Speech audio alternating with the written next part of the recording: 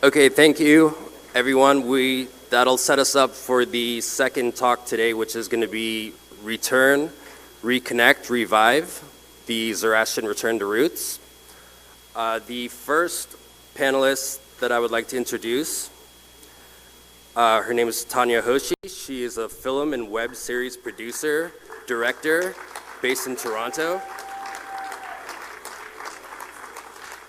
Tanya graduated from the University of Toronto in 2013 with an honors and bachelor degree in cinema studies. Tanya has filmed and edited 2 short films that will be shown at the Congress this year for Return to Roots and the World Zoroastrian Youth Leaders Forum.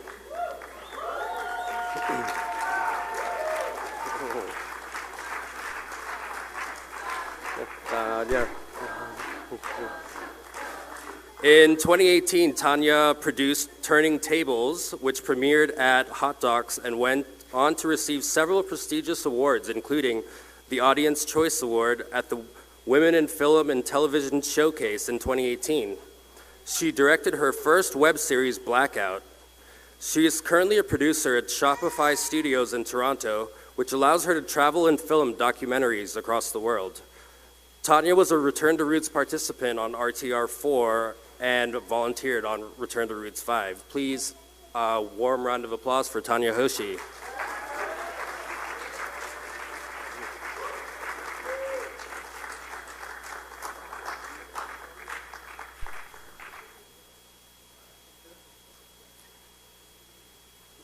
You can come up, Tanya. Our second panelist, Kairos Arani. Kairos is a medic in his 30s, newlywed to the wonderful Sanaya. Kairos has lived most of his life in Canada, was born in Abu Dhabi, and also lived in New Zealand. Kairos enjoys being of service to the Zarathustri community at local and global events. He truly loves the Zoroastrian Return to Roots program and the opportunities and adventures it presents to its participants. He has been a volunteer for Return to Roots for the last 3 years. Please help welcome Kairos Arani.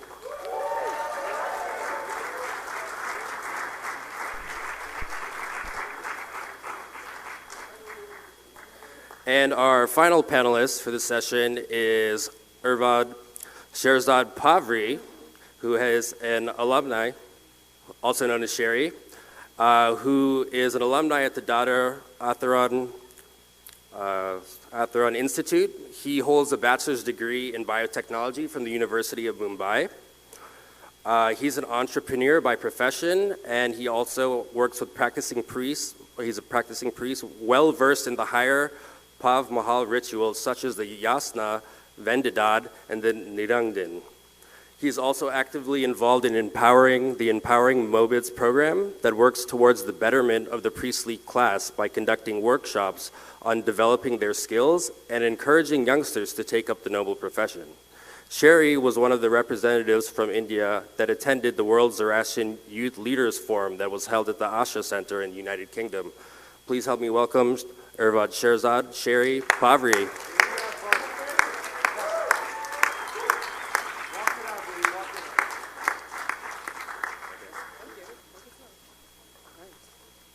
Thank you, everybody, for attending today. Before we begin, I would love to share with you a video just to highlight exactly what Return to Roots is. I think a video does the best job, so enjoy.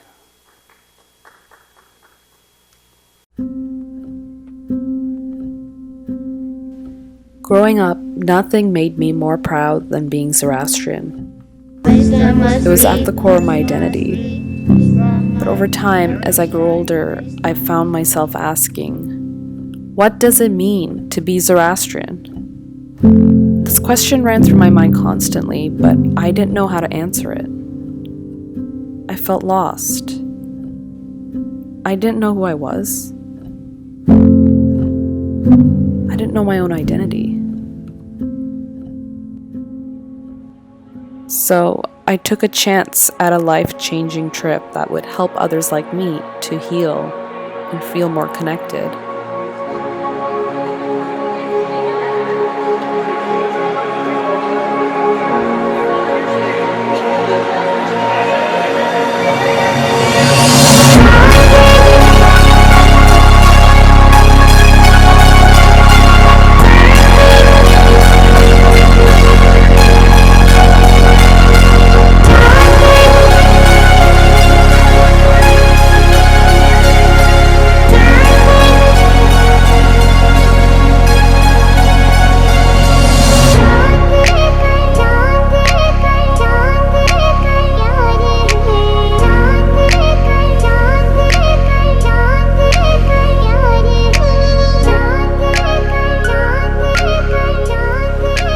So once I arrived, I asked myself again, what does it mean to be Zoroastrian?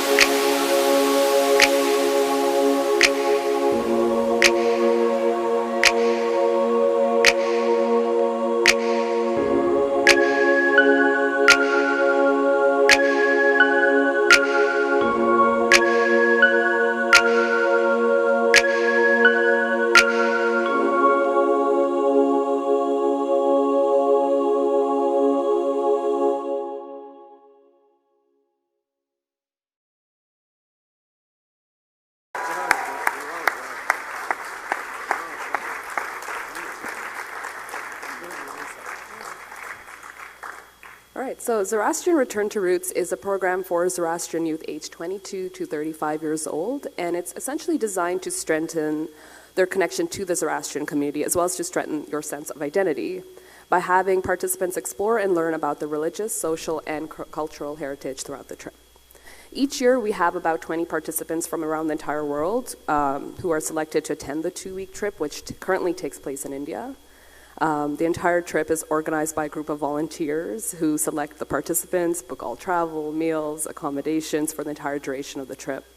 So this past trip, I volunteered to be the videographer as well as run the social media accounts. We have Kairos, who volunteered to be our trip medic, as well as Sherry, who's our on-the-ground practicing Mabed, to kind of teach us how exactly to practice our rituals, especially since some of us enter into this trip really not knowing exactly how to do those things. And the itinerary is jam-packed with really exciting things to do, places to visit, food to eat, and really interesting people to meet from all walks of life.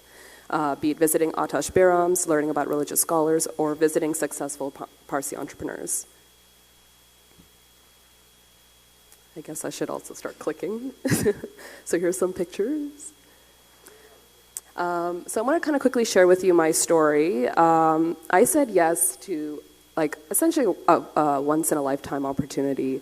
I was struggling with really massive identity crisis. And I essentially landed in India at 4 a.m, jet-lagged, having a huge identity crisis. And I went straight to the Rancha in Udvada, and I didn't even know what that was. You know, that's how disconnected I was.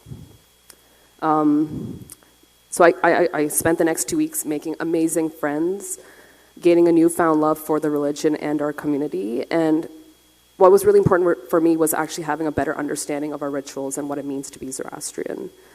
So the trip was essentially a return to my faith. I was really disconnected.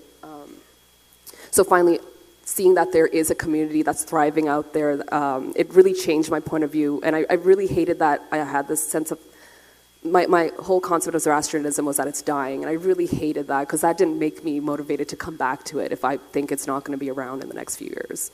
So I think that's what this trip really did for me, was showing that the community is still alive. There are still people going, they're praying, they're continuing with the rituals. We have young people everywhere who are constantly practicing to be Mabeds, to continue for the survival of our religion. And that was really inspiring and remotivated me to kind of come back to our faith. And I'm going to share some pictures. So there you go. One cool thing I got to see is my friends get engaged as well, which was really nice. and learn how to play cricket and meet a lot of really amazing people. And that's why I returned this past year as a volunteer, and just create impact in our community. And now standing speaking in front of you is not something I imagined when I was on that trip. So I'd love to kind of tell you more about who RTR is for. This trip is for anyone interested in learning more about Zoroastrianism and hoping to get more involved in their local Zoroastrian community. I think it's a great program for youth who are struggling with their identity as a Zoroastrian, just like myself, whether it's due to living far away from other Zoroastrians, not growing up practicing the faith, having lost touch with the faith and with the community, or just factors that are generally out of your control when you immigrate and live somewhere where you're just not surrounded by the community. This trip is for any young Zoroastrian from around the world, including those currently in India. We have had many Indian participants, which has been great, and they walked away learning more about their faith and their community than if they just continued living there and not going on this trip. This trip is really great in that it gives you access to scholars, institutions, and experiences you otherwise might not get access to, and we will expand on that.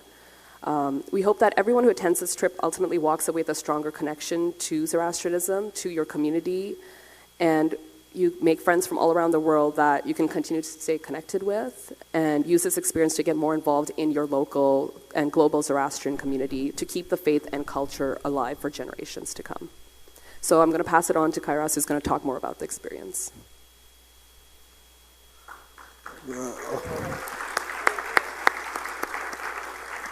Tanya, thank you very, very much for that brief introduction there. So most of you that know me, I think I've been on the stage or multiple stages multiple times for the Return to Roots program. So this program is very near and dear to my heart. I gotta give a shout out to Tanya. That was my first time seeing this remix of the video, and it brought a tear to my eye. It was really good. So Tanya, good job, good job. So let me just keep it simple for you guys. You may have heard me say this multiple times, but this program has so much to offer. Let's talk about the experience. So when it comes to the experience, the education, the learning, there's every day is full of it. Like, I mean, there's so much, it's so overwhelming that the true time to actually self-reflect is not during the trip, but it's after it, when everybody goes home and, they just have time to themselves. So, I mean, the learning, again, education is just endless. The sites, the places you get to go. You see at least a minimum of 8 cities on any given trip. So it is a jam-packed program, and you are on the road for 15 days, and it's nonstop. You get the chance to go to Agyaris, Atashperams, businesses, archaeological sites, people's homes, medical facilities. Each trip, there's so much to offer, and the thing is, no trip is the same. So the trip keeps evolving. I mean, of course, they keep it fresh for the new people that are coming into it. It's new to the people that are coming into it for the first time, but also for returning alumni, they change it up for us. Meeting and connecting with people your age. I can just revert back to the last trip, RTR 5. There was an opportunity where we got the chance to network with Mumbai's WZCC committee chapter at a go-karting race course. I mean, I think Rayoman is in the audience somewhere, and he just graciously offered his facility for us to network. And then, of course, we also got the chance to network with the Empowering Mobids group in India. That, of course, Sherry will enlighten you about a bit more as well. And these people are between your age, like 20 to 35. So one thing about this program, you become an independent traveler. This program also gives you life experience. I'm going to just, from anecdote, I'm just going to tell you about one person. In the last trip, this person had never traveled outside of their country, never traveled on their own. And when they came to the Return to Roots program, there were anxieties. And it was sort of like an emotional roller coaster, but then at the end they got through it, and wow, like that person was different. And just more confident, and I remember us creating a pyramid, and she was on the top of it, right? Like a human pyramid. For some of you out there that this is going to apply to, you're going to meet that guy next. For those that are trying to figure out a career path, This is the program that helps you find that direction. You're going to meet business professionals, entrepreneurs, politicians, government workers, medical professionals, architects, designers, scholars, researchers, so on and so forth. So whether you are having an identity crisis like Tanya did, or if you're just struggling to find like a career path in your life, you're going to meet a diverse group of Zoroastrians on this trip, and that's going to inspire your religious and professional curiosity. So folks, last but not least, I'm going to bring it over to my main man, Sherry. Please give him a round of applause.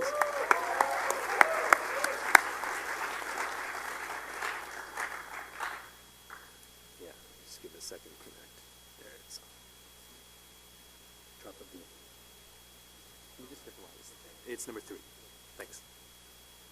Just give us a second. Sorry. Okay, I have a quick question, a very silly one. So, out of this entire crowd, who's from California? Okay. So, what if I told you guys that, I'm going to take you guys and show you around Santa Monica, like a short 3-day trip? Would you all be interested? That is exactly what I felt when I was told to sign up for Return to Roots, born and brought up in Bombay. I was literally having what you call a cultural overdose of Parsi Pano. But nevertheless, I just decided to sign up thinking that, I'll get to meet like young Zoros from all over the world. I've been to a congress, so why not? And I realized I was so wrong about like prejudging the program in terms of I thought I knew it all, but I saw my religion in a complete different aspect, to the point where I realized that people think that, oh, you're from India, you're supposed to know everything about religion, including all its cultural practices. And it actually encouraged me to realize that I've got the potential to reach out to youngsters like you guys and guide you, share the knowledge of what I have with you. Like, coming to a program like this for people like you, it's actually not just for you guys in the diaspora that feel the disconnect from the religion, because back home in India, you've got like so many institutions supporting you, like living in Parsi colonies, you've got like a Parsi hospital, you literally have Parsi businesses for everything, like you want Parsi food, there's everything Parsi around you. So why should people from India sign up as well? I realized that for them now, it's become more of a cultural aspect now. And I realize it's no different for you guys, where questions pop up to you all where, oh, why should I marry within the fold? Why are people forcing me? Why should I put on the Sadra Kasti? So questions like these keep popping up, which led me to realize that there's so much more we can do as youngsters to come out. Like, think about it for a moment, a paramedic, a filmmaker, a priest coming together as volunteers and trying to explain what this program is about.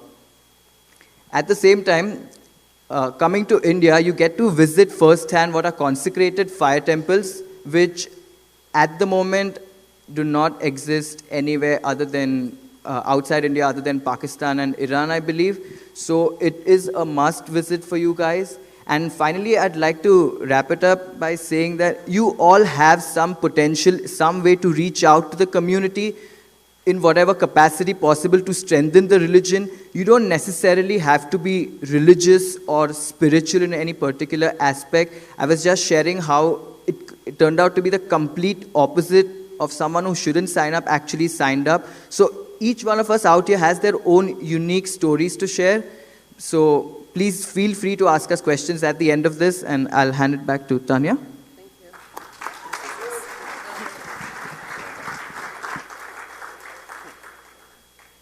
So as of today, we have approximately 80 alumni from RTR, and all those alumni now essentially have a stronger sense of identity and connection with Zoroastrianism. So it's great to see the impact that the trip has had on many of our youth. Everyone leaves the trip with strong friendships from around the world, as well as new inspiration to kind of get more involved in our community. So I just want to share some of that right now. So several of our alumni have gone on to do really great things within the community. So one of them, Sanaya Master, she organized the first Zoroastrian World Youth Leaders Forum at the Asha Center in Gloucester, in England. So here's a bunch of our youth, and a lot of them were also RTR participants. And that was a really great forum, and you're going to actually have a presentation, I believe, on day 5 about this. We also have alumni who have gone on to make really great presentations, not only at congresses, but at AGMs and other organizations as well. So this is our most recent alumni, Kushnama Driver. She did a presentation of RTR. We also have a lot of our participants who write articles about the trip to kind of encourage other people to attend as well. And then, of course, we have our amazing alumni who organized this Congress, Parshan, Anaita, and Cody. I should also add Hanos. He's also part of this. Great. One thing I wanted to mention is that on each trip, our participants and volunteers donate a significant amount of money to Parsi orphanages, senior homes, and infirmaries that we visit. So you have the chance to actually create impact in your community while you're on the trip, as well as after the trip as well. And now we have a large global community connected to our stories as well on all our social media. We have thousands of followers across it, and we're hoping a lot of them also come eventually on our trip as well. So speaking of our alumni, I would just love to pass it on to Kairas, who's going to chat about that. Thanks, Adia. So let's talk about the alumni. Who are they? So can we actually get the alumni right here, lined up, right here? Or even, actually, no, sorry, disregard stage. Come on stage. Let them all see your pretty faces. Guys, this is the alumni over the past 5 programs. So there's 81 of them globally. There's a good chunk of them, I think at least 20 plus right now. They're coming up right behind me. So basically, so yeah, 29 of them right here. This is, like I said, a good chunk right here. Where did they come from? Canada, USA, UK, UAE, India, New Zealand, Iran, Pakistan, and Australia. That's them, guys. They're representing you. So what were they doing before RTR? Some of them were studying. Some of them were finishing school. Some of them graduated. They were already starting off their professional careers. They were looking for a way to connect with their community. And some of them were still trying to find a direction or a purpose. Whoever's still out there and you're not on the stage, sure, come on, guys. James, and bring your little one too. James, bring Darius. Where are you? Don't hide. There was a baby that came out of this program too, you know. I don't know where he is right now. But then there's Roisin right there on the end. What inspired them to come on board? I mean, I hope this is inspiration for you right here. But if you need more, there was word of mouth, there was social media, the trip, the experiences, the connections, all of which filled that void they had. Now, the volunteer opportunities. Before you volunteer for this program, we encourage you to register as a participant. Experience it firsthand before you're on the other end and you're helping others go through the same process. You know, it's never an obligation. Tanya, Sherry, myself, these guys that have actually volunteered in their communities, they've done it on their own accord. And of course, there's just various ways that once you finish the program, you can support it, whether it be through social media, fundraising, recruitment, logistics, administrative work as well. I mean, medical support, outreach to the local communities. Guys, please give it a round of applause to our alumni. I'm just going to hand it off to Tanya to do the wrap up. RTR alumni, thank you very much, guys. Woo. What happened here?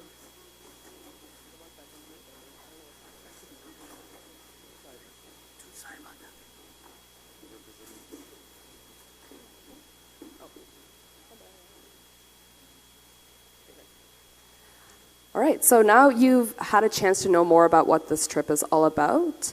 My last thing I really want to say is I'm hoping that you will really consider attending this trip and keep an open mind and say yes to something like this. I think it's very easy to say no and think of the reasons not to attend, but it's really difficult to just say yes and take a chance at something like this. But I hope you all take the time to think about how this trip can improve your connection to the religion, to this community, and help you strengthen your identity. And even if you decide not to attend, I hope then you would actually share this trip with someone else you know who could actually benefit from it.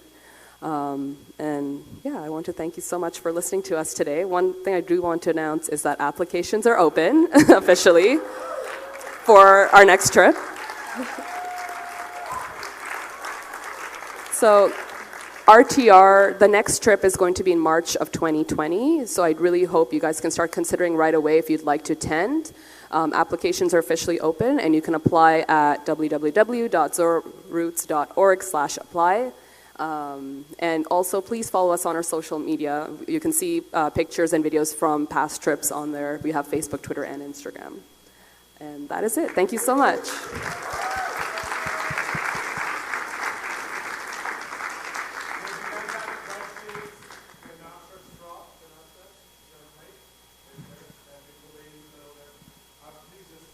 Shoot.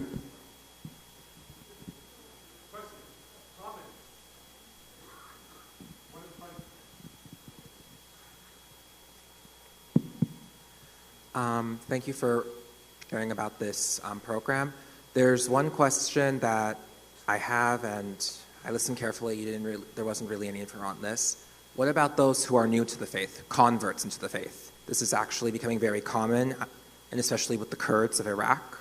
They're becoming Zoroastrian again. Is this program open to those who are not born into Zoroastrian families? Okay, so till date, we've always encouraged participation from Persian Zoroastrians, and in fact, we've been wanting to add a Kurdish aspect to it. We've never received an application. We'd really love to have someone like you for this. At the same time, whenever we are visiting whichever part of India we are going to, we literally respect the law of the land. So in certain places, if they allow people of children of intermarried parents to enter the temple, it is only then that we allow them to enter. Otherwise, we respect the law of the land. But to answer your question, yes, we do accept Kurdish Zoroastrians.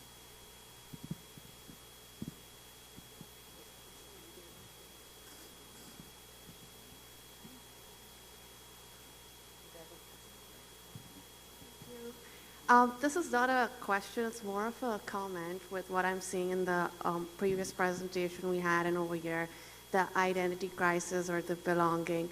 And I did this in college and it helped me a lot. So I moved from Pakistan to the United States. And I feel there are different aspects we relate ourselves with. So while you're walking, every person sees a different image of themselves or thinks of themselves in a different way. So maybe when I was walking in Pakistan, I would think myself as a female and a Zoroastrian. And maybe female because opportunities for females on the streets were less, or Zoroastrians because I was surrounded in a Zoroastrian community in local area. And when I moved to the United States and I would walk, I would feel more like I'm Asian or I'm brown. So that goes to what you showed on that graph. Like, how would you describe yourself as falling into ancient Persia or Karachi or wherever your roots begin? And I did this activity which helped me a lot. So you take ethnicity, religion, culture, and gender, and then you number them, that in each, like, how do you feel, which do you weigh more when you are as a person walking? Like, so for me, it was maybe gender, which weighed more in Pakistan, but in the United States, something else weighed more.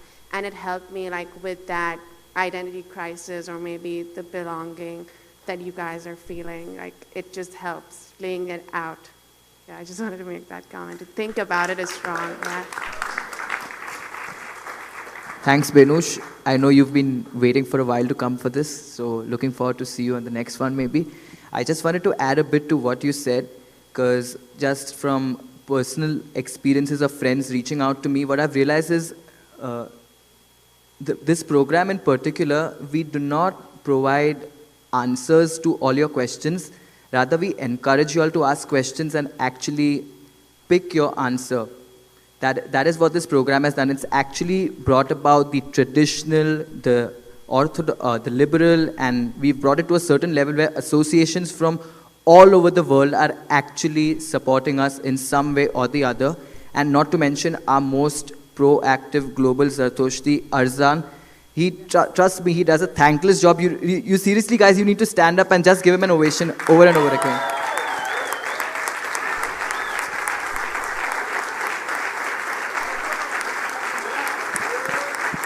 Like, seriously, how can someone answer so many emails, WhatsApp, and it's still going on, it's still going on. Please take a bow.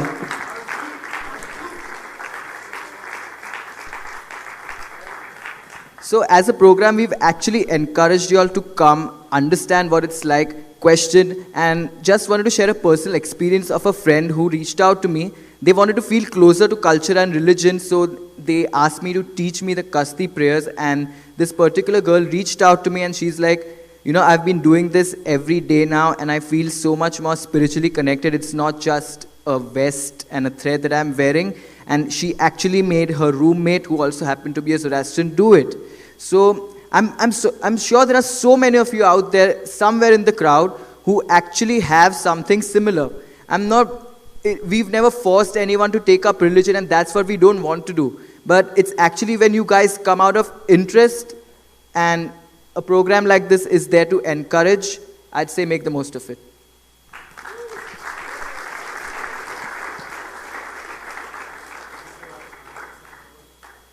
Any more questions? There's someone over there? No?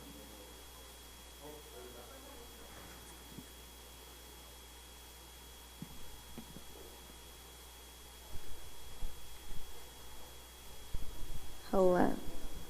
Tanya, who's your favorite cousin? I'm kidding. How long is the trip in March? It's 2 weeks. Okay, thanks. Okay, so this next one is March 9th to the 22nd.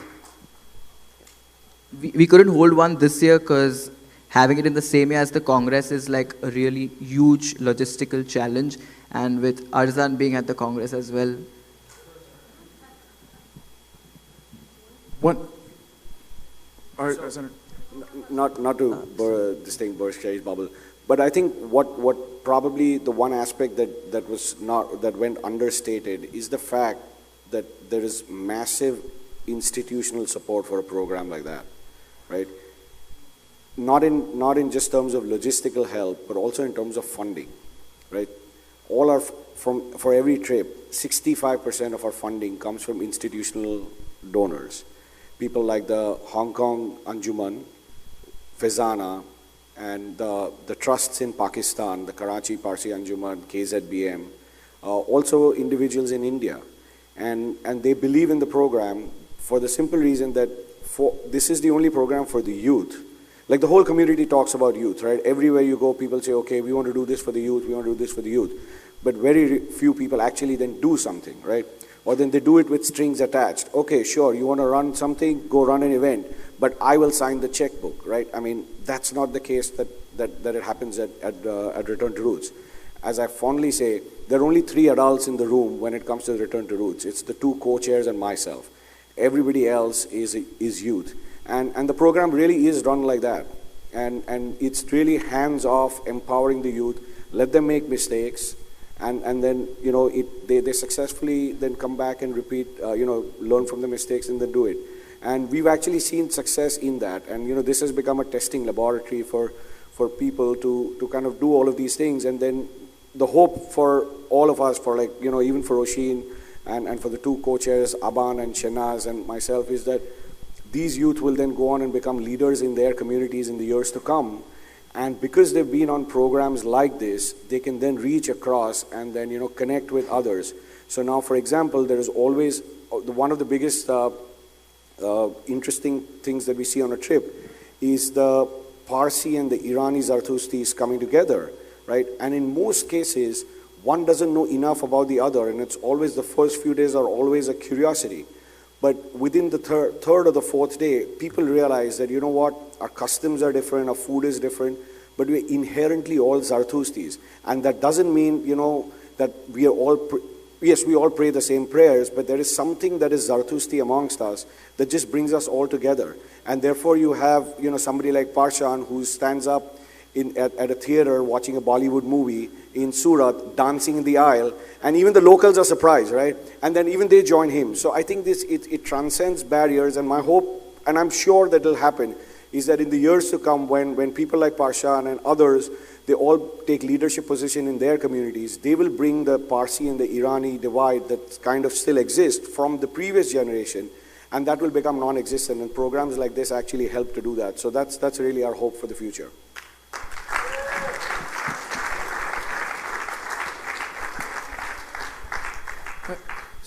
So Arzan, you and I have been having this conversation for like years now, and you kind of answered the first part of the question about kind of the difference between the Parsi, Irani, and et cetera, the other communities, but like, it seems very, Zoroastrian return to roots, but it seems very communal. Can you talk a little bit more about the religious education that takes place? So on the trip itself, do you want me to talk or can one of them answer? Okay, Sherry, you want? Yeah. So Adil was actually gracious enough to invite us to his wedding for the participants to witness a Parsi wedding. So thanks Adil for that once again.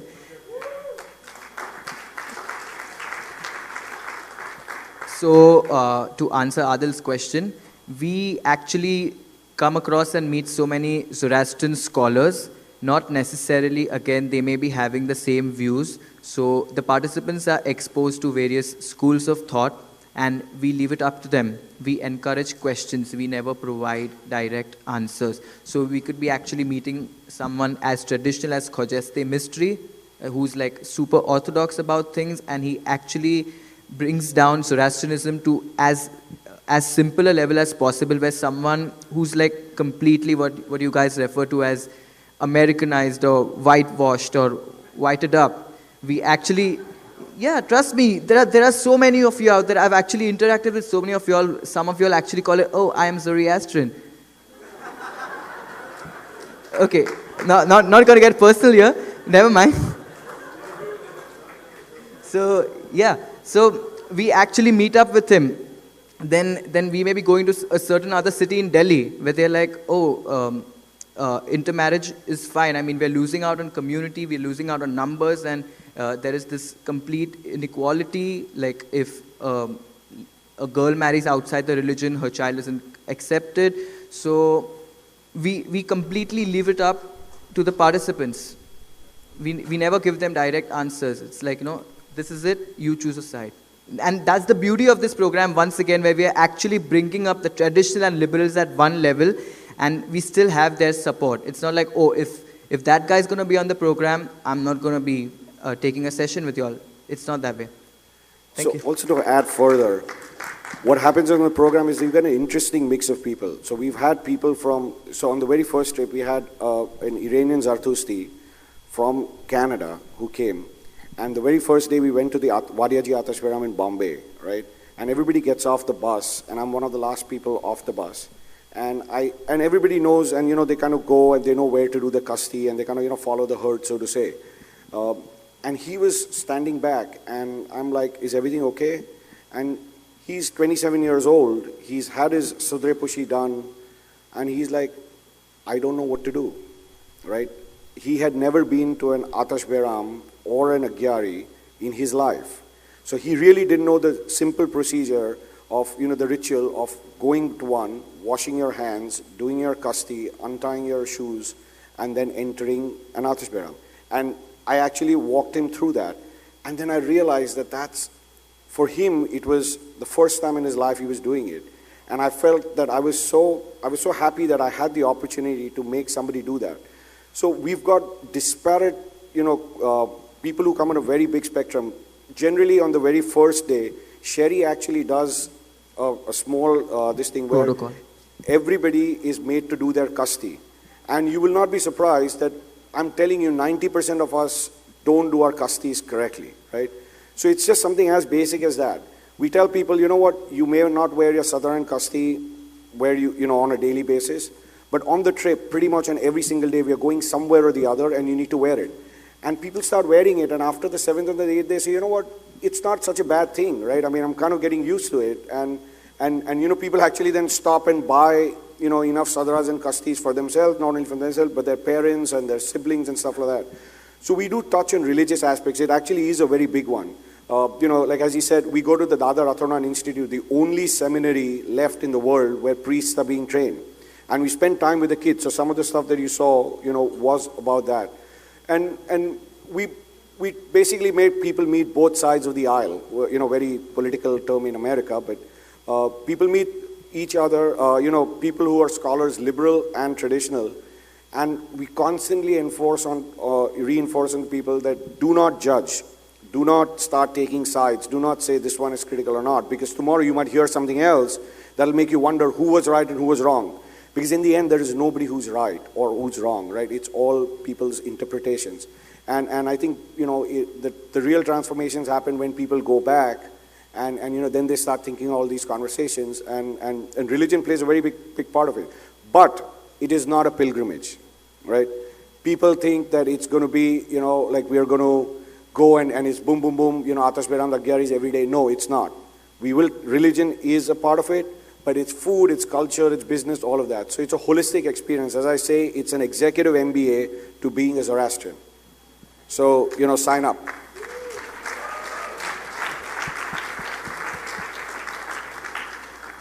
Yet again, I'd like to touch upon a personal experience where Arzan mentioned about people not knowing how to tie their kasti. When I signed up as a participant back on Roots 3, the first thing that really hit me was, shit, people don't even own a Sadra kasti.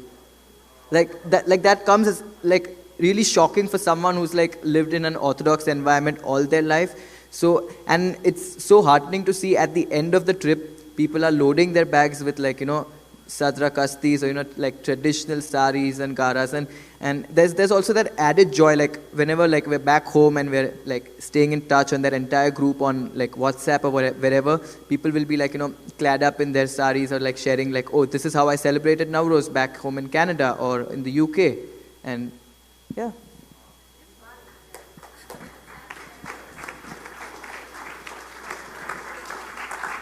Folks, that's all the time we have today. Thank you very much for your attention and for coming to this seminar.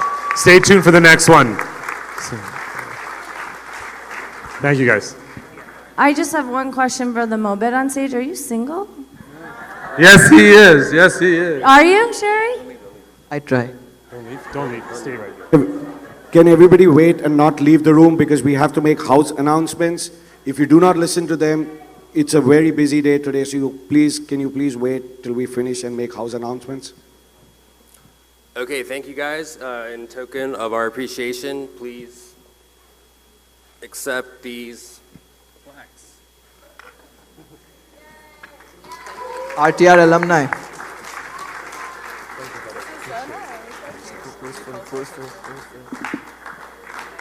Should we pose for a photo? Yes.